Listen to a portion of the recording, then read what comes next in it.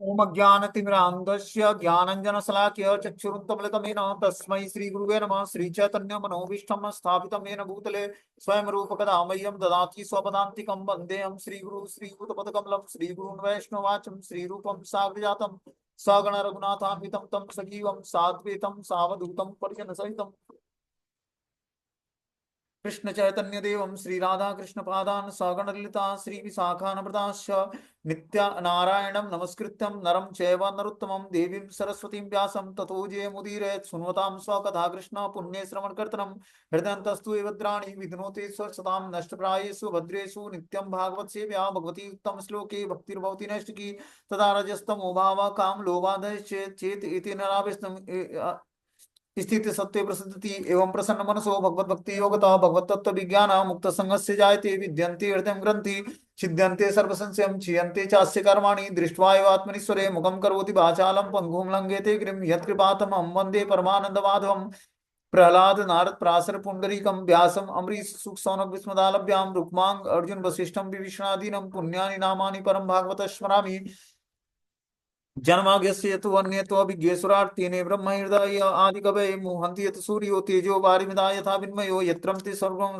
धाम्ना स्वेन सदा निरस्तकोकं सत्यं परं धीमहि धर्मः प्रोजितो कैटप्को अनत्रो परमो निर्मत्सराणां सतां वेद्यं वास्त्रमतुलस्तु शिवदं तापत्रय उन्मूलं श्रीमद्भागवतम् आख्यानं प्रत्यक्षं कृष्णे हि स्वीकृतोऽस्मयानाथं मुक्तार्थं भवसागरे मनोरथो मदीयं सफलं सर्वदा देवं निर्विघ्नेनैव कर्तव्यं दासोऽहं तं केशवं सुकृपं प्रभोगतज्ञं सर्वशास्त्रं विशारदम् एतत् कथा प्रकाशेन मद्ज्ञानाविनाशय भवे भवे यथा भक्ति पादुस्तव जायते तथा कुरुष्व देवेश्वर नाथस्तोनो यतं प्रभु नाम संकीर्तनं यस्य सर्वपापप्रणाशनं प्रणामो दुःखशमनं तं नमामि हरिपरं कृष्णाय वासुदेवाय हरे परमात्मने प्रणतक्लेशनाशाय गोविन्दाय नमो नमः वासुदेव श्रुतं देवं कंसचारूणमर्दनं देवकी परमानन्दं कृष्णं वन्दे जगद्गुरुं हे कृष्ण करुणा सिंधु दीनबंधु जगतपतये गोपेश गोपिका कांत राधा कांत नमस्तुते तप्त कांचन गौरांगे श्री राधे वृंदावनेश्वरी वृषभानुसुते देवी प्रणमामि हरिप्रिये वाञ्छाकल्पतरुवक्षा कृपा सिन्धुभ्येव च पतितानां पावनेभ्यो वैष्णवेभ्यो नमः। जय श्री कृष्ण चैतन्य प्रभु नित्यानंद श्री अद्वैत गदाधर श्रीवासादि श्री गौर भक्तवृंद हरे कृष्ण कृष्ण कृष्ण हरे हरे हरे राम राम राम हरे हरे। तो इसमें आज हम लोग को श्रीमद् भागवतम से 21वें अध्याय का पाठ शुरू करना है। मनु कर्दम संवाद, इसके बारे में हम लोग चर्चाएं करेंगे आज। स्कंद संख्या 3 अध्याय संख्या 21। टाइटल है मनु कर्दम संवाद। विदुर उवाच स्वयंभुवस्य च मनो वसं परम सम्मतम कथ्यतां भव यत्रम मैथुने ने धीरे प्रजाम। विदुर ने कहा कि स्वयंभू मनु की वंश परंपरा अत्यंत आदरणीय थी। हे पूज्य ऋषि, मेरी आपसे प्रार्थना है कि आप इस वंश का वर्णन करें जिसकी संतति वृद्धि संभोग के द्वारा हुई। तो ब्रह्मा जी पहले क्या करते, जब सृष्टि का उन्होंने क्रिएशन शुरू किया तो अपने शरीर से बहुत सारे आ, जीवात्माओं को प्रकट किया। तो जब अपने शरीर से बहुत सारी जीवात्माओं को प्रकट किया उन्होंने, तो सारी जीवात्मा जो है ब्रह्मचारी बन जाते हैं। जितने पुरुष प्रकट हुए सब ब्रह्मचारी बन जाते, कोई भी रुकता नहीं था उनके पास कि जो जिससे वो सृष्टि का कार्य आगे बढ़ा सकें। तो उन्होंने मेल और फीमेल की एक जोड़ी अपने शरीर से उत्पन्न किया। करदम जो है स्वयंभू मनु और शत्रुपा को।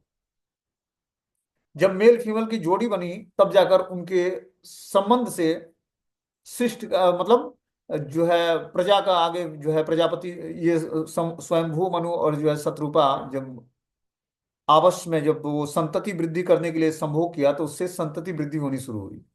ठीक है ना। उससे पहले जो भी ब्रह्मा जी अपने शरीर से जो भी संतान उत्पन्न करते वो सब ब्रह्मचारी बन जाते और इनके प्रजा की वृद्धि में वो सहयोग नहीं करते वो। इस कारण से इन्होंने क्या किया, अपने शरीर से स्वयंभू मनु और शत्रुपा को प्रकट किया और उन्होंने फिर स्त्री और पुरुष दोनों संभोग से संतति वृद्धि शुरू हुई सृष्टि में। वही यहाँ पर बता रहे हैं, विदुर जी ने कहा कि स्वयंभू मनु की वंश परंपरा अत्यंत आदरणीय है। हे पूज्य ऋषि मैत्रेय, मेरी आपसे प्रार्थना है कि आप इस वंश का वर्णन करें जिससे संतति वृद्धि संभोग के द्वारा हुई। ठीक है ना। बोलते हैं अच्छी संतान अच्छी संतान उत्पन्न करने के लिए नियंत्रित विषयी जीवन अपनाना चाहिए। वास्तव में विदुर ऐसे व्यक्तियों का इतिहास सुनने के लिए इच्छुक नहीं थे जो विषयी जीवन बिता रहे हों। वे तो स्वयंभू मनु की संतति के विषय में जानना चाहते थे, क्योंकि इस वंश में अनेक भक्त राजा हुए हैं जिन्होंने अपनी प्रजा का पालन आत्मज्ञान के साथ और अत्यंत सावधानी पूर्वक किया है। अतः उनके कार्यकलापों का इतिहास सुनकर मनुष्य अधिक प्रबुद्ध बन सकता है। इस प्रसंग में एक महत्वपूर्ण शब्द परम सम्मत आया है, जिसका संकेत मिलता है कि स्वयंभू मनु ने उनके पुत्रों की संतति बड़े बड़े अधिकारियों को स्वीकारी थी। दूसरे शब्दों में आदर्श संतान उत्पन्न करने के लिए विषयी जीवन की मान्यता सभी ऋषि और वैदिक धर्म ग्रंथों के अधिकारी देते हैं। तो देखो, स्त्री और पुरुष का जो वैवाहिक संबंध होता है वो क्या होता है, कुल परंपरा को आगे बढ़ाने के लिए होता है। यहाँ पर इस श्लोक से यही निष्कर्ष निकलता है कि जो है, जब व्यक्ति पारिवारिक जीवन में जाता है, स्त्री पुरुष का एसोसिएशन होता है, उसका विवाह संस्कार होता है, तो विवाह संस्कार का मेन उद्देश्य है कि संतति पैदा करना। ठीक है ना, पारिवारिक जीवन को आगे बढ़ाने के लिए संतति पैदा करना। तो संतति कैसा होना चाहिए हमारा, कि बोल रहे हैं कि बस संतति पैदा करने के लिए स्त्री पुरुष का संबंध बनाया जाता है, न कि इंजॉयमेंट के लिए, संभोग के लिए। तो जब व्यक्ति मर्यादा में रहकर और जो है शास्त्रों की मर्यादा को ध्यान में रखते हुए और अपना विषयी जीवन गुजारता है बस कृष्ण भावनाभावित संतति उत्पन्न करने के लिए, तो वो काम वासना जो है स्वयं भगवान का ही स्वरूप है। भगवान ने भगवत गीता में बोला भी है कि जो काम वासना स्त्री पुरुष जो में जो आपस में रिलेशनशिप बनता है वो बस, और जो कृष्ण भावना भावित संतति उत्पन्न करने के लिए है, तो उसका स्वरूप मुझे ही जानो, हे अर्जुन। वही यहाँ पर भी बताया जा रहा है कि जो वास्तव में विदुर ऐसे व्यक्ति का इतिहास सुनने के लिए इच्छुक नहीं है जो विषयी जीवन बिता रहे हैं। विदुर जी ऐसे जो स्वयंभू मनु की संकत संतति के विषय में जानना चाहते हैं कि स्वयंभू मनु ने किस तरह प्रजा की का क्रिएशन शुरू किया, किस तरह संतति वृद्धि शुरू की इस धरती पर, क्योंकि उनकी पत्नी शत्रुपा थी और स्वयंभू मनु थे। तो ये पहले जोड़े ऐसे थे जो स्त्री पुरुष का था, जिससे संतति उत्पन्न करनी थी सृष्टि में। ठीक है ना, इससे पहले सारी संतति जो है ब्रह्मा जी अपने शरीर से उत्पन्न करते, मनुष्य, देव, किन्नर, राक्षस, यक्ष, सब कुछ ब्रह्मा जी अपने शरीर से ही प्रकट किए। जब आसुरी शक्तियों को प्रकट करते हैं तो उस शरीर का त्याग करके फिर से जो है नया शरीर धारण करते और फिर उससे क्रिएशन शुरू करते। इस तरह वहां बता रहे हैं कि जो है, अब जब उन्होंने स्वयंभू मनु और शत्रुपा को प्रकट किया, तो उनसे जो संतति उत्पन्न हुई उसके विषय में विदुर पूछते हैं मैत्रेय ऋषि से कि आप हमें बताइए, क्योंकि इस वंश में अनेक भक्त राजा हुए हैं। राजा भी थे और भक्त भी थे, मतलब राज ऋषि थे सारे, जिन्होंने अपनी प्रजा का पालन आत्मज्ञान के साथ और अत्यंत सावधानी पूर्वक किया है। अतः उनके कार्यकलापों का इतिहास सुनकर मनुष्य अधिक प्रबुद्ध बन सकता है। इस प्रसंग में एक महत्वपूर्ण शब्द परम सम्मत आया है, जिसका संकेत मिलता है कि स्वयंभू मनु तथा उनके पुत्रों की संतति बड़े बड़े अधिकारियों को स्वीकार्य थी। तो स्वयंभू मनु और शत्रुपा से जो संतति उत्पन्न हुई, वो बड़े बड़े अधिकारी भी उनको स्वीकार करते, क्योंकि वो राज ऋषि थे सारे। जितने भी पुत्र प्रकट हुए सब राज ऋषि थे, राजा भी थे और ऋषि भी थे। आदर्श संतान उत्पन्न करने के लिए विषयी जीवन की मान्यता सभी ऋषि और वैदिक धर्म ग्रंथों में अधिकारी के द्वारा प्रदान किया जाता है। कि जो संतति जो है भगवान की भक्ति के लिए उत्पन्न किया जाता है, वैसी संतति जो है वैसा विषयी जीवन जो है ऋषि और वैदिक धर्म ग्रंथों के लिए के द्वारा अधिकार प्राप्त है, कि ऐसे संतति हम उत्पन्न कर सकते हैं या ऐसा विषयी जीवन हम गुजार सकते हैं जो कृष्ण भावनामृत संतति उत्पन्न करने के लिए होता है। आगे बता रहे हैं कि प्रिय व्रतो उत्तानपादो सुतो स्वयं भुवस्य वे यथा धर्मम जुगुपतुम सप्त दीपावती महिम। स्वयंभू मनु के दो पुत्र हुए, प्रियव्रत और उत्तानपाद, ने धार्मिक नियमानुसार सप्त दीपों वाले इस संसार पर राज्य किया। तो प्रियव्रत महाराज और उत्तानपाद दो स्वयंभू मनु के दो पुत्र हुए, इन्होंने धार्मिक नियमानुसार सप्त दीपों पर अपना संसार भर में राज्य किया इन्होंने। अब यहाँ पर मैत्रेय ऋषि ये कथा विदुर जी को सुना रहे हैं, और वही बता रहे हैं कि स्वयंभू मनु के दो पुत्र हुए, प्रियव्रत महाराज और उत्तानपाद, जिन्होंने धार्मिक नियमानुसार सप्त द्वीपों पर इस संसार पर राज्य किया। पोते हैं श्रीमद् भागवतम ब्रह्मांड के विभिन्न भागों के शासन करने वाले महान राजाओं का इतिहास भी है। इस श्लोक में स्वयंभू मनु के दो पुत्र प्रियव्रत और उत्तानपाद के नामों का उल्लेख है। उन्होंने इस पृथ्वी पर राज्य किया जो 7 द्वीपों में विभक्त है। तो पृथ्वी 7 द्वीपों में विभक्त है, सातों द्वीपों पर यह राज्य किया इन्होंने। किसने? उत्तानपाद और जो है प्रियव्रत महाराज ने। ये सातों द्वीप जो हैं यथा Asia, Europe, Africa, America, Australia और उत्तरी और दक्षिणी ध्रुव इत्यादि हैं, जो यद्यप श्रीमद् भागवतम में समस्त भारतीय राजाओं का तिथिवार इतिहास नहीं है, लेकिन महत्वपूर्ण राजाओं के कार्यों का, जैसे प्रिव्रत और उत्तानपाद और कई अन्य, यथा भगवान श्री रामचंद्र और महाराजा युधिष्ठिर का लेखा जोखा मिलता है, क्योंकि ऐसे पवित्र राजाओं के कार्यकलाप सुनने योग्य हैं और मनुष्य इनके इतिहास को पढ़कर लाभ उठा सकता है। तो जो ये राजा थे ये ऋषि भी थे, भगवान के भक्त भी थे, और ऐसा नहीं कि खुद भक्ति करते थे, पूरा राज्य इनका भगवान का भक्त था। जैसे प्रियव्रत महाराज थे, युधिष्ठिर महाराज थे, भगवान श्री रामचंद्र थे, और यहाँ पर हम लोग देखते हैं उत्तानपाद जी। तो क्या है, इनकी पूरी राज्य के सारे लोग जो है भगवान की भक्ति से जुड़े, सभी एकादशी व्रत रखते और जो है, और सभी भगवत नाम का जप करते, श्रीमद् भागवतम और भगवत गीता जैसे कथाओं का श्रवण करते। ऐसे ये महान राजा हुए। तो ऐसा ही जब देश का लीडर होगा तभी जाकर देश जो है सुरक्षित रहेगा, और भगवान की भक्ति से जुड़ा रहेगा, तो देश में करप्शन नहीं होगा। इसीलिए इनका चरित्र श्रीमद् भागवतम में दिया है। बेसिकली जो है श्रीमद् भागवतम और भगवत गीता ग्रंथ जो है प्रशासनिक कार्यों के लिए बहुत इंपॉर्टेंट है। जो व्यक्ति प्रशासनिक कार्य करता है उसके लिए बहुत इंपॉर्टेंट है कि उस हिसाब से प्रशासन का देख रेख करेगा तो उस पूरे देश का मंगल और कल्याण होगा। इसीलिए ये धर्मशास्त्र लिखे गए हैं कि जब राजा जो है, ऐसा राजा होगा कि जो दृढ़तापूर्वक भक्ति के नियमों का पालन करता हो और पूरे राज्य को वो फॉलो करने के लिए एक ट्रिनिटी बनाता हो कि कैसे राज्य के नागरिक जो है भगवान की भक्ति से जुड़ेंगे, वो राजा ही वास्तविक राजा है, जो सारी प्रजा को इंद्रिय भोग से हटाकर और भगवान की भक्ति में लगा दे। ऐसा ही राजा जो है वास्तविक राजा कहलाता है, जो यहाँ पर प्रियव्रत महाराज के चरित्र में देखा जाता है। बोलते हैं तस्वे द्विताम ब्रह्मण देवभूति विश्रुता पत्नी प्रजापते रुक्ता कंदर्मस्य त्वयानघम। हे पवित्र ब्राह्मणों, हे पावन पाप विहीन पुरुषों, आपने उनकी पुत्री के विषय में कहा है, वे प्रजापति ऋषि करदब की पत्नी देवहूति थी। यहाँ पर स्वयंभू मनु के विषय में चर्चा कर रहे हैं, किंतु भगवत गीता में वैवस्वत मनु का वर्णन है। आधुनिक युग वैवस्वत मनु से संबंधित है। स्वयंभू मनु इससे पूर्व राज्य करते थे। तो हर जो है एक मनु का राज्य होता है, मतलब जब जब ब्रह्मा जी का एक दिन और एक रात्र समाप्त होता है तो एक मनु का राज्य आता है। तो इससे पहले स्वयंभू मनु का राज्य था, जिसकी हम लोग स्टोरी सुन रहे हैं। अभी जो प्रेजेंट में चल रहा है वो वैवस्वत मनु का काल है, ठीक है ना। इससे पहले स्वयंभू मनु के विषय में हम लोग चर्चाएं सुन रहे हैं कि स्वयंभू मनु के काल में क्या क्या घटनाएं हैं। अभी जो प्रेजेंट में है वो वैवस्वत मनु का काल है, जो भगवत गीता में जिसका वर्णन है। आधुनिक युग वैवस्वत मनु से संबंधित है। स्वयंभू मनु इससे पूर्व राज्य कर रहे थे, और उनका इतिहास बराह युग से, अर्थात जब भगवान सूकर रूप में प्रकट हुए थे तब से प्रारंभ होता है। ब्रह्मा के एक दिन में 14 मनु होते हैं, और प्रत्येक मनु के जीवन काल में कुछ विशिष्ट घटनाएं घटती हैं। भगवत गीता का वैवस्वत मनु स्वयंभू मनु से सर्वथा भिन्न है। तो ब्रह्मा जी का जो एक दिन होता है उसमें 14 मनु होते हैं, ठीक है ना। और प्रत्येक मनु के जीवन काल की कुछ विशिष्ट घटनाएं घटती हैं, जैसे भगवान के अलग अलग अवतार होते हैं। जैसे इससे जब व्यवस्थित मनु का जो समय था, स्वयंभू मनु का, उस समय भगवान ने बराह अवतार प्रकट लिया था। और जब ये स्वयंभू मनु का राज्य जब था तो भगवान वामन देव प्रकट हुए थे, और जब वैवस्वत मनु का राज्य था तो भगवान बराह देव प्रकट हुए थे। मतलब इस जो ये जिस मनु के राज्य में हम लोग हैं काल में, उस समय भगवान वामन देव प्रकट हुए थे, और इसी मनु के राज्य में भगवान कृष्ण और राम भी प्रकट हुए।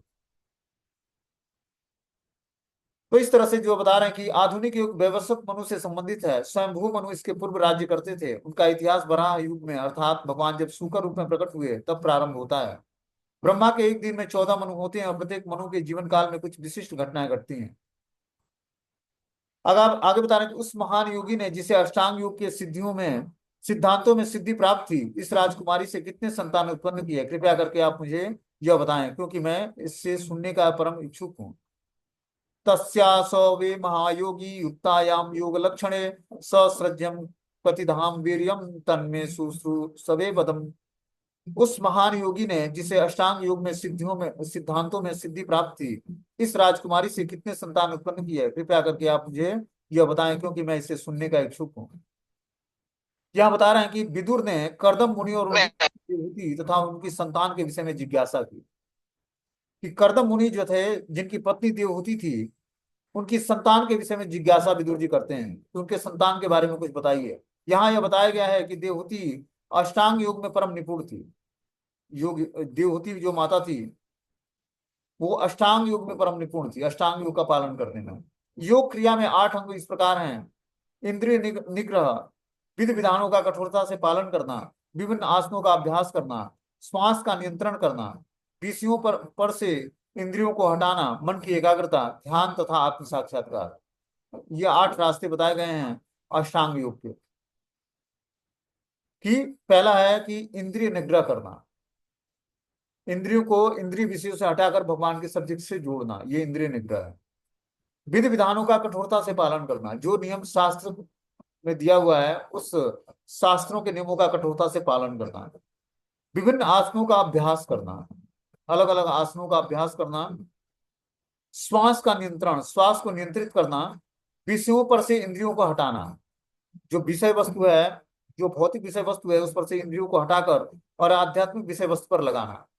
मन की एकाग्रता, मन को एकाग्र करना, ध्यान करना और आत्म साक्षात्कार करना। ये सब जो विषय जो हैं योग क्रिया के अष्टांग योग के नियम है।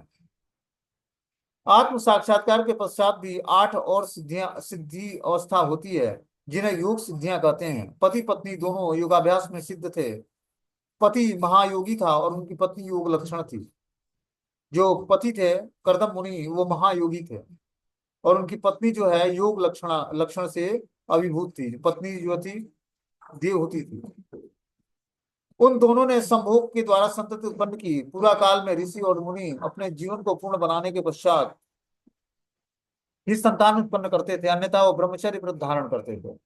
पहले जो गृहस्थ आश्रम में मुनि रहते थे वो भी पहले ब्रह्मचर्य नियमों का पालन करते थे और तपस्या करते थे पहले गृहस्थ आश्रम में। ऐसा नहीं कि आते ही जो है संतति उत्पन्न करने के लिए प्रयास करने लगे, ऐसा नहीं है। पहले वो स्त्री पुरुष दोनों जो है मिलकर तपस्या करते थे, ब्रह्मचर्य नियमों का पालन करते थे कि विषयी जीवन से छुटा रहा जाए। साथ में ही रहते थे लेकिन विषयी जीवन नहीं होता था उनका। क्या करते थे? कठोरता से ब्रह्मचर्य नियमों का पालन करते और लंबे समय तक और तपस्या करते गृहस्थ जीवन में। जिससे जैसे होता क्या कि जब स्त्री और पुरुष एक साथ जब जब विवाह संस्कार होता है और शारीरिक संबंध बनता है तो स्त्री के सारे पापों को पुरुष को लेना पड़ता है, क्योंकि वो अपने ये बंद हो गया मन और शरीर से सब कुछ स्त्री क्या करती है, पुरुष को समर्पित कर देती है। और जब समर्पित कर देती है तो क्या होता है, उसके सारे पाप को पुरुष को लेना पड़ता है और पुरुष को क्या करना पड़ता है, उस सारे पापों को कैरी करना पड़ता है। लेकिन पहले के जैसे हम लोग जब मनु और कर्दम जी का संवाद पढ़ रहे हैं तो देवहूति माता जो थी जब विवाह हुआ उनका कर्दम मुनि से, तो पहले कर्दम मुनि ने लंबे समय तक 10,000 सालों तक पहले तपस्याएं किया और उनकी पत्नी जो थी देवहूति माता वो उनकी तपस्या में सहयोग किया उसने। जबकि एक राजकन्या थे, स्वयंभू मनु की स्वयं पुत्री थी, लेकिन इन्होंने तुरंत विषयी जीवन स्वीकार नहीं किया। कर्दम मुनि ने भी और इनकी पत्नी जो है देवहूति ने भी लंबे समय तक जब तपस्या किया उसके बाद जाकर फिर जाकर जो है वो गृहस्थ आश्रम में जो संतत पैदा करने के लिए जो नियम बनाया जाता है उसको उन्होंने फिर से फॉलो करना शुरू किया। बता रहे हैं कि यहाँ पर यह पता चलता है कि सिद्धि प्राप्त करने के लिए कर्दम मुनि ने 10,000 वर्षों तक योग में ध्यान धारणा किया। इसी प्रकार हमें ज्ञात होता है कि वाल्मीकि मुनि ने भी सिद्धि प्राप्त करने के लिए पूर्व 60,000 वर्षों तक योग ध्यान का अभ्यास किया। अतः योगाभ्यास को सफलतापूर्वक वे ही संपन्न कर सकते हैं जिनका जीवन काफी दीर्घ अर्थात 1 लाख वर्ष तक होता है। उसी स्थिति में योग में सिद्धि प्राप्त हो सकती है, अन्यथा वास्तविक सिद्धि मिलनी दुष्कर है। विधि विधानों का पालन, इंद्रियों का निग्रह और विभिन्न आसन करना है, ये तो प्रारंभिक अभ्यास मात्र है। हमारी समझ में नहीं आता है कि मनुष्य इस निरर्थक योग पद्धति से किस प्रकार आकर्षित हो सकता है जिससे यह बताया जाए कि प्रतिदिन केवल 15 मिनट का ध्यान धरने से ईश्वर के साथ तादात्म्य सिद्धि प्राप्त हो सकती है। यदि कलयुग धोखा देने तथा झगड़े का युग है, परंतु वस्तुतः ऐसे महत्वहीन प्रस्तावों से योग सिद्धि प्राप्त करना असंभव है। बोलते हैं कि कलयुग में अष्टांग योग की विधि का पालन करना बहुत ही असंभव है, ठीक है ना। कलयुग में क्या बताया गया है कि कलयुग में हरि नाम के पवित्र नाम का कीर्तन कलौ नास्ते व नास्ते व नास्ते व, कोई अन्य विकल्प नहीं है, कोई अन्य विकल्प नहीं है, कोई अन्य विकल्प नहीं है। कि जो कलयुग है, कलयुग में ये अष्टांग युग के नियम जो है कार्य नहीं करेंगे, क्योंकि अष्टांग युग बता रहे हैं कि जिनका जीवन काफी दीर्घ होता है और लगभग 1 लाख वर्षों तक का होता है, वही इस युग में सिद्धियां प्राप्त करते हैं। ठीक है ना। तो बता रहे हैं कि जो है वाल्मीकि मुनि ने सिद्धि प्राप्त करने के लिए 60,000 वर्षों तक योगाभ्यास किया, तब जाकर उनको सिद्धि प्राप्त हुई।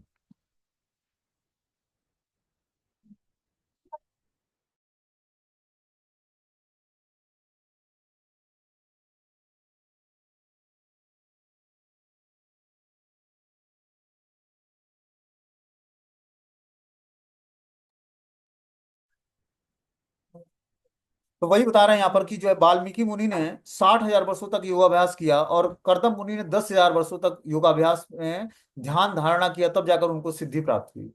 लेकिन कलयुग में ये सब ध्यान की जो पद्धति है वो लागू नहीं होता है। कलयुग में बस हरि नाम संकीर्तन ही समस्त कलमस्य को नाश करने वाला है। तो कलयुग में ध्यान धारणा समाधि अवस्था व्यक्ति नहीं प्राप्त कर सकता है। कलयुग में बस नाम संकीर्तन करके ही भगवान को प्रसन्न कर सकता है। ठीक है ना।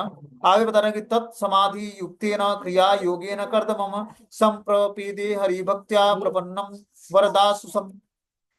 समाधि काल में कर्दम मुनि ने समाधि में अपनी भक्ति द्वारा शरणागतों को तुरंत समस्त वर देने वाले श्री भगवान की आराधना की। क्या बता रहे हैं यहाँ पर कि समाधि काल में कर्दम मुनि ने समाधि में अपनी भक्ति द्वारा शरणागतों को तुरंत समस्त वर देने वाले श्री भगवान की आराधना की। इस समाधि अवस्था को प्राप्त करके उन्होंने क्या किया, श्री भगवान की आराधना किया।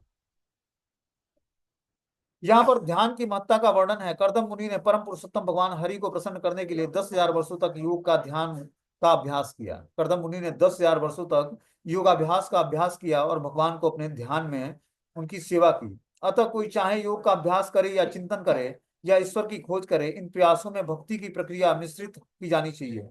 बिना भक्ति के कुछ भी पूर्ण नहीं है।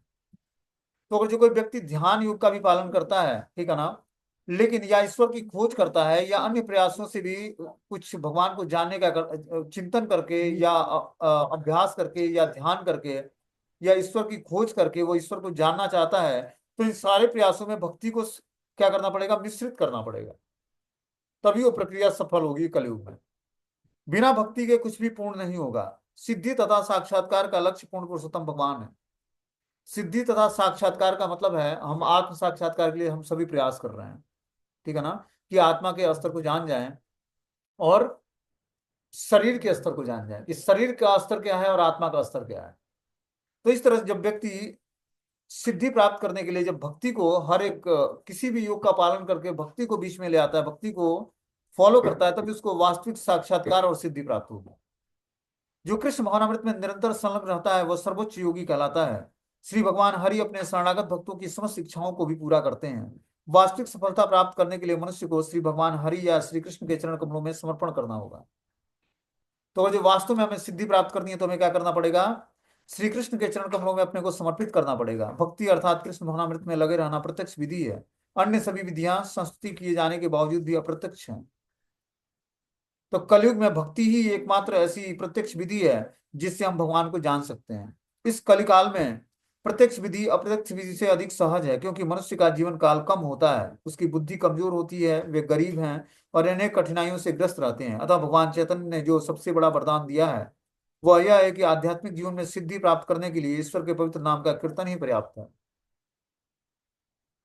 कि जब व्यक्ति कलयुग में भगवान के नाम का संकीर्तन करेगा तभी उसको परम सिद्धि प्राप्त होगी, और कोई कलयुग में दूसरा उपाय नहीं है। क्योंकि कलयुग में लोग जो है बुद्धि कमजोर है, गरीब हैं, अनेक कठिनाइयों से ग्रस्त हैं और मनुष्य का जीवन काल बहुत ही छोटा है। इस कारण से कलयुग में कोई दूसरा उपाय नहीं है हरिनाम संकीर्तन के अलावा। बोलते हैं कि संप्रदिते हरिम शब्दों का अर्थ है कि कर्दम मुनि ने पूर्ण पुरुषोत्तम भगवान हरि को अपनी भक्ति से अनेक प्रकार से प्रसन्न किया। भक्ति को क्रिया योगेन शब्द से भी व्यक्त किया गया है। कर्दम मुनि न केवल ध्यान करते थे वरना भक्ति में संलग्न रहते थे। चाहे योग हो या ध्यान, मनुष्य को सिद्धि के लिए श्रवण कीर्तन और स्मरण आदि के द्वारा भक्ति करनी होगी। जब व्यक्ति भगवान की भक्ति श्रवणम कीर्तनम और स्मरण के द्वारा करेगा तभी जाकर वो योग में सिद्धि प्राप्त करेगा, और वो योग कहलाता है भक्ति योग। ठीक है ना। स्मरण करना भी ध्यान है, किंतु स्मरण किसका किया जाए, मनुष्य को पूर्ण पुरुषोत्तम भगवान का स्मरण करना चाहिए।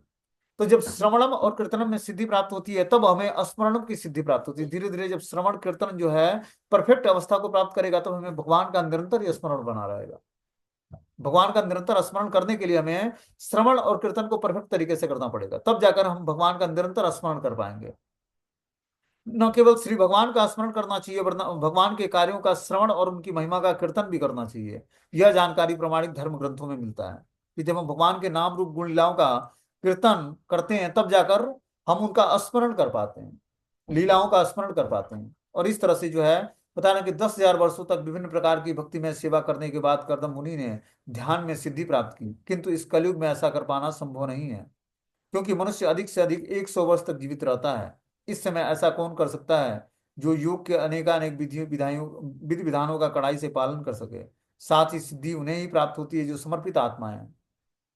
तो कर्दम मुनि जो है 10,000 सालों तक जब तपस्या किया तब तो उनको सिद्धि प्राप्त हुई, लेकिन कलयुग में मैक्सिमम अवस्था जो है 100 वर्ष की है। तो कलयुग में ये सिद्धि जो है ध्यान योग के द्वारा या अष्टांग योग के नियमों का पालन के द्वारा प्राप्त नहीं किया जा सकता है। कलयुग मात्र भक्ति करके, भगवान की प्रेमा भक्ति करके ही सिद्धि प्राप्त की जा सकती है। ठीक है ना। और वो है नाम संकीर्तन।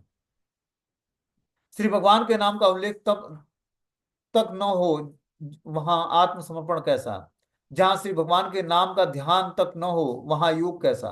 दुर्भाग्यवश इस कलयुग में विशेषतः जो आसुरी प्रवृत्ति के लोग हैं वे ठगे जाने में विश्वास करते हैं, अतः भगवान ऐसे वंचकों को भेजते हैं जो उन्हें योग के नाम पर गुमराह करते हैं और उनके जीवन को निकम्मा बना देते हैं। बोलते हैं कि कलयुग के जीव जानबूझकर अपने को ठगना चाहते हैं। ठीक है ना। इसलिए भगवान भी क्या करते हैं, ऐसे के वाचकों को जो धोखा देने वाले होते हैं उनको भेज देते हैं और उन्हें योग के नाम पर गुमराह करते हैं और उनके जीवन को निकम्मा बना देते हैं। वो ऐसा शास्त्रों को तोड़ मरोड़ के जो है प्रस्तुत करेंगे कि अगला व्यक्ति गुमराह हो जाएगा। और ऐसे व्यक्ति जो गुमराह व्यक्ति जो है वो खोजता ही ऐसे व्यक्ति को है, ऐसे ही व्यक्ति से सुनना पसंद करता है जो वास्तविक ज्ञान न दे, जो शास्त्रों की बातों को न बताए। वो इंटरटेनमेंट के लिए शास्त्रों की बातों को सुनता है और इस कारण से वो अध्यात्म में तो आगे बढ़ता नहीं है, भौतिक रास्ते से भी गुमराह हो जाता है। तो हमें ऐसे व्यक्ति से सावधान रहना पड़ेगा।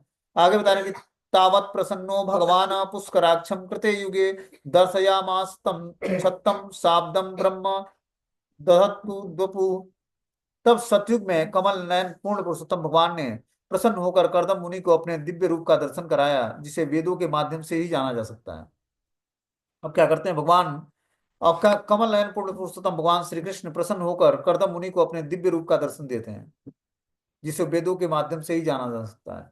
तो इस तरह से कर्दम मुनि भगवान का दर्शन करते हैं जब योग में सिद्धि प्राप्त कर लेते हैं। बोलते हैं यहाँ पर दो बातें अत्यंत महत्वपूर्ण है। प्रथम तो यह कि कर्दम मुनि ने सतयुग के प्रारंभ में योग सिद्धि प्राप्त की थी जब मनुष्य की आयु 1 लाख वर्ष होती थी।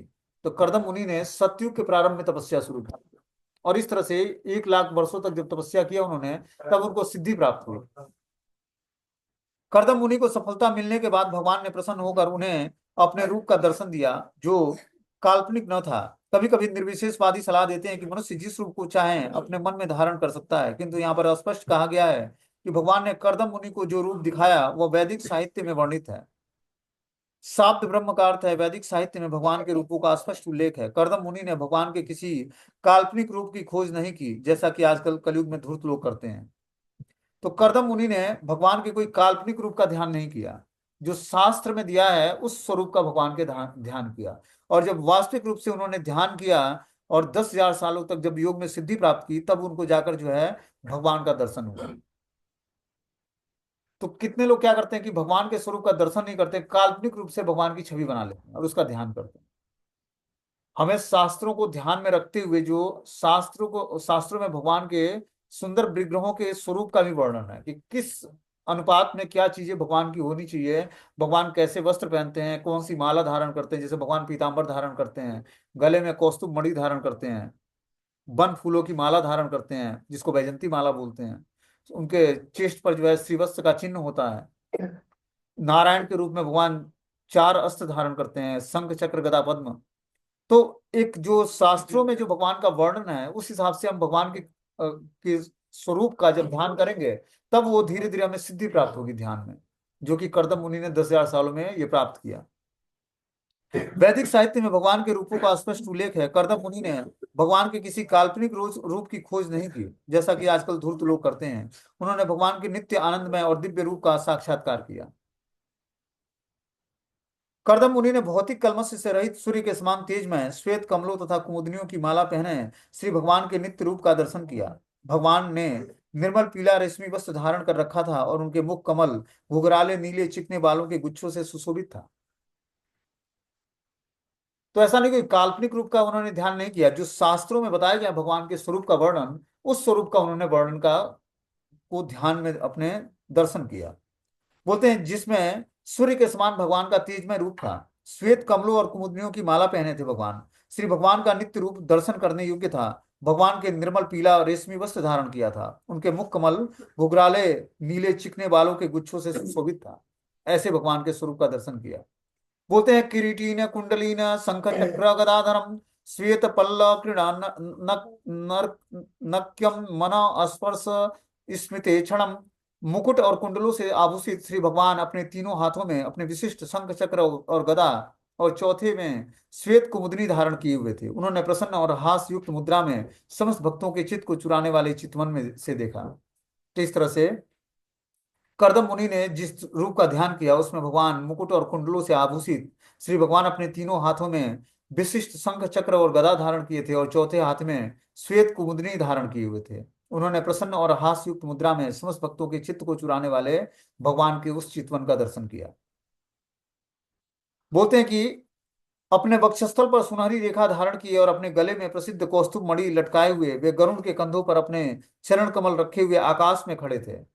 ऐसे स्वरूप का दर्शन किया कर्दम मुनि ने, जिसमें भगवान जो है वत्स स्थल पर सुनहरी रेखा धारण करते हैं और गले में कौस्तुभ मणि की माला लटकाए होते हैं, गरुड़ के कंधों पर अपने चरण कमल रखे होते हैं और आकाश में खड़े होते हैं। ऐसे स्वरूप का धारण उन्होंने दर्शन किया। बोलते हैं भगवान के जिस दिव्य नित्य रूप का वर्णन किया गया है वह प्रमाणिक वैदिक विवरणों से है, काल्पनिक नहीं है। प्रमाणिक विवरण जो है शास्त्रों में जिस तरह बताया गया भगवान के स्वरूप को, उसी स्वरूप का दर्शन किया उन्होंने। ये विवरण निश्चित ही कर्दम मुनि की कल्पनाएं नहीं है।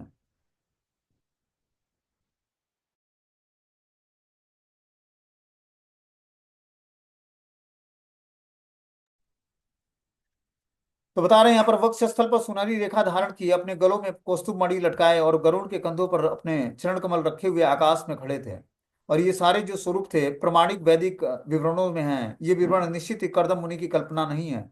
भगवान के अलंकरण भौतिक बुद्धि से परे हैं, जिसको शंकराचार्य जैसे निर्विशेषवादी ने भी स्वीकार किया है। श्री भगवान के विविध रूप, उनका शरीर, उनका रूप, उनका वस्त्र, उनका उपदेश, उनके वचन, ये किसी भौतिक शक्ति की उपज नहीं है, वरना इसकी पुष्टि वैदिक साहित्य द्वारा हुई है। भगवान नारायण को भौतिक सृष्टि से कुछ लेना देना नहीं होता है। योग साधना के द्वारा कर्दम मुनि वास्तव में देख सके कि भगवान क्या है। 10,000 वर्षों तक योगाभ्यास के बाद भगवान के काल्पनिक रूप का दर्शन करना कोई अर्थ नहीं रहता। कि 10,000 तक कोई व्यक्ति जो है साधना भजन करता है, योग में अभ्यास करता है और उसके बाद भगवान के काल्पनिक रूप का दर्शन करता है, कल्पना मात्र करता है, तो ये इससे सिद्धि प्राप्त नहीं होगी। जिस हिसाब से भगवान के स्वरूप का वर्णन अलग अलग शास्त्रों में किया गया है, जब हम उस हिसाब से शास्त्रों के वर्णन के हिसाब से भगवान के रूप का ध्यान करेंगे, तब जाकर हम में जल्दी सिद्धि प्राप्त करेंगे। बोलते हैं कृष्ण भावनामृत की पद्धति में श्री कृष्ण के स्वरूप को प्रत्यक्ष प्रस्तुत किया गया है। वैदिक साहित्य ब्रह्म संहिता में कृष्ण का स्वरूप प्रमाणिक रूप से मिलता है। उनका धाम चिंतामणि पत्थर से बना हुआ है, जिसमें भगवान एक गोप बाल के रूप में खेलते हैं और हजारों गोपियां उनकी सेवा में तत्पर रहती हैं। ये वर्णन प्रमाणिक है और कृष्ण महानुभावित पुरुष इनको प्रत्यक्ष रूप में ग्रहण करते हैं, उन्हीं के अनुसार कार्य करते हैं, उनका उपदेश उनका ही उपदेश देते हैं और अधिकृत शास्त्रों में वर्णन किए गए ढंग से भक्ति योग का अभ्यास करते हैं। तो इस तरह से बता रहे हैं कि जो है चिंतामणि भगवान का धाम है, और जिसमें भगवान गोप बालक का रूप धारण करते हुए खेलते हैं और हजारों गोपियों की सेवा में तत्पर रहती हैं। ये वर्णन प्रमाणिक है और कृष्ण महानामृत पुरुष जो है इसको प्रत्यक्ष रूप में ग्रहण करते हैं और इसी स्वरूप का ध्यान करते हैं। जो कृष्ण के स्वरूप का ध्यान करते हैं, तो वो भगवान के इसी जो भगवान का नित्य धाम है, वो चिंतामणि पत्थरों से बना हुआ है और भगवान गोप बालकों के साथ खेलते हैं, हजारों गोपियों के साथ सेवा में तत्पर रहते हैं। और इस तरह से जो कृष्ण भावनाभावित व्यक्ति है वो इसी स्वरूप का प्रत्यक्ष रूप का को ग्रहण करता है और इसी का ध्यान करता है और अधिकृत शास्त्रों में वर्णन किए गए ढंग से भक्ति योग का अभ्यास करता है, तब जाकर योग में सिद्धि प्राप्त करता है, भक्ति योग में सिद्धि प्राप्त करता है। ठीक है ना। बोलते हैं जब कर्दम मुनि ने पूर्ण पुरुषोत्तम भगवान का साक्षात दर्शन किया तो वे अत्यधिक तुष्ट हुए, क्योंकि उनकी दिव्य इच्छाएं पूर्ण हुई। वे भगवान के चरण कमलों को नमस्कार करने के लिए नतमस्तक होकर पृथ्वी पर लेट गए। उनका हृदय स्वाभाविक रूप से भगवत प्रेम से पूरित था और उन्होंने हाथ जोड़कर स्तुति द्वारा भगवान को तुष्ट किया। तो जब उन्होंने भगवान के इस स्वरूप को देखा तो क्या किया, भगवान के चरण कमलों में नमस्कार करने के लिए नतमस्तक हो गए और पृथ्वी पर लेट गए। उनका भगवान का दर्शन करके उन्होंने अपने हृदय में स्वाभाविक रूप से भगवत प्रेम से पूरित हो गया उनका हृदय, और इस तरह से हाथ जोड़कर भगवान की स्तुति करने लगे। जब भक्त भगवान का दर्शन करता है तो दर्शन करने का मेथड क्या है कि भगवान के चरण कमलों से लेकर और मुखार बिंद तक का दर्शन करना चाहिए हमें। ठीक है ना। और दर्शन करने के साथ साथ भगवान का ग्लोरिफिकेशन करना चाहिए। क्या ग्लोरिफिकेशन करना चाहिए? भगवान के सुंदर स्वरूप का ग्लोरिफिकेशन करना चाहिए कि वेणु कवर्तनम अरविंद ललायताक्षम बहार वस्तामुद सुंदरांगम कंदर्प कोटि कमनीयम विशेष शोभम गोविंद आदि पुरुषम तम हम भजामि। अंगानि यस्य सकलेन्दि विन्ति मंति पश्यन्ति पान्ति कलयन्ति चिरम जगन्ति आनंद चिन्मय सदुज्जल विग्रहस्य गोविंद आदि पुरुषम तम हम भजामि। इस तरह से हमें जब भगवान के सुंदर स्वरूप का दर्शन करें तो हमें ग्लोरिफिकेशन करना चाहिए भगवान का। पहले भगवान का दर्शन करते ही करदम मुनि बता रहे हैं भगवान को प्रणाम करना चाहिए प्रणाम मंत्र से। उसके बाद उनका ग्लोरिफिकेशन करना चाहिए। तब जाकर भगवान बहुत जल्दी प्रसन्न होते हैं। जब हम सुंदर भगवान के स्वरूप का दर्शन करते हैं तो जब हम उनको ग्लोरीफाई करेंगे तो भगवान बहुत जल्दी प्रसन्न हो जाएंगे और हमें आशीर्वाद प्रदान करेंगे। यही भगवान के दर्शन का मेथड है। खासकर इस भागवतम में कर्दम मुनि के चरित्र में मिलता है कि कर्दम मुनि ने जब भगवान श्री नारायण का दर्शन किया तो पहले उनको दंडवत प्रणाम किया और फिर उनको ग्लोरीफाई करना शुरू किया उन्होंने।